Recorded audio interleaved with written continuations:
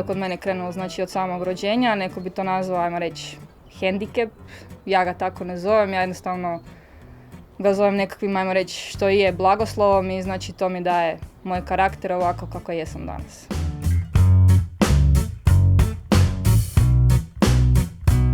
Svjetla put, svjetla kosa, svjetle oči, svjetle trepavice, ali evo, malo sam pofarbala oberu i skila sam samo, znači šminku.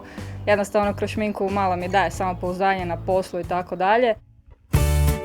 Ja nemam pigmenat, ne mogu pocrniti kao što recimo vi možete pocrniti na sunčanju, znači ja se moram jako dobro paziti, znači imamo mi albino, imamo znači veliki rizik od dobivanja raka kože.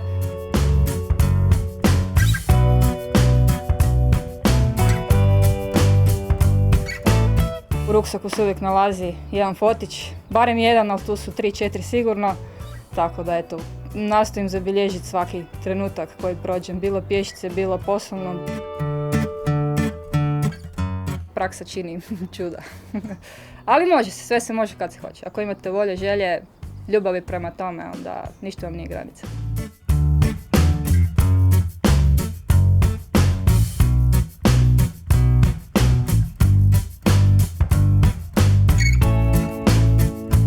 Biciklizmom sam se počela jednostavno baviti u jednom periodu života gdje znači maknete se od jedne negative, kad krenete znači raditi na sebi, kad počnete znači voljeti sebe i kad se krenete baviti onime što vas ispunjava, to vas onda čini znači sretnim.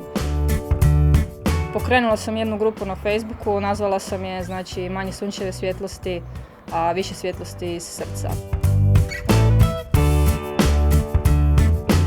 Želja mi je danas sutra u budućnosti snimiti jedan dokumentarac o nama, napisati knjigu o tome, znači kako u principu kako živjeti s albinizmom i kako mi je znači promijenio život.